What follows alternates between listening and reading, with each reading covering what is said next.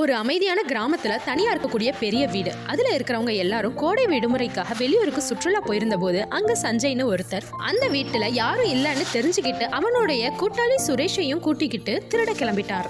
சுரேஷ், இந்த ஊர்லயே இதுதான் பெரிய வீடு. நம்ம இப்போ இங்கதான் திருட போறோம். ஓ சரி, இங்க கேமரா, காவலுக்கு நாய் இந்த மாதிரி எதுவுமே இல்லையா? அதுதான் சுரேஷ், நானும் பார்த்தேன். அந்த மாதிரி எதுவுமே இல்ல. இதனால நம்மளோட வேலை சுலபமா முடிய போகுதுல. சரி வா, கதவு திறந்து உள்ள போகலாம். சஞ்சய், என்ன பண்ணாலும் இந்த கதவை திறக்கவும் முடியல, உடைக்கவும் முடியல. வீட்டுக்கு பின்னாடி இருக்கக்கூடிய கதவு இந்த மாதிரி தான் இருக்கு. ஆமா, இந்த கதவை உடைக்கவே முடியாது போல. விடு, யாராவது வரதுக்கு முன்னாடி நம்ம இந்த சுவரையாவது உடைச்சிட்டு உள்ள போயிடலாம். அவர்கள் நீண்ட நேரம் முயற்சி செய்தும் கதவு மற்றும் செவுரு ஆகிய இரண்டையும் உடைக்க முடியாமல் கிளம்பிய போது அந்த வீடு அவர்களை பார்த்து கேலியும் கிண்டலுமாக சிரித்தது.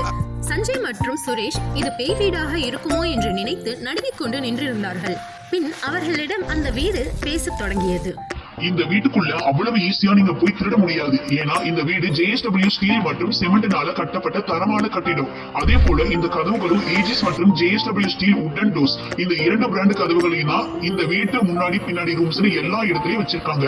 நீங்க இனிமேல் திருட போனீங்கன்னா JSW ப்ராடக்ட்ஸ் யூஸ் பண்ணிருக்காங்கன்னு தெரிஞ்சுக்கிட்டு போங்க. திருடர்கள் இருவரும் பிரமித்து அந்த வீட்டை பார்த்து, சுரேஷ், இனிமே நம்ம திருட வேண்டாம். ஏன்னா JSW போன்ற நிறைய முன்னணி நிறுவனங்கள் ரொம்ப நேர்மையாகவும் தரமாகவும் பொருட்களை நியாயமான விலைக்கு தராங்க. அதே போல நம்மளும் நேர்மையாகவும் சுயமாகவும் உழைத்து சம்பாதிக்கலாம் என்று சொல்லி இருவரும் வேலையை தேடி சென்று விட்டனர். நன்றி.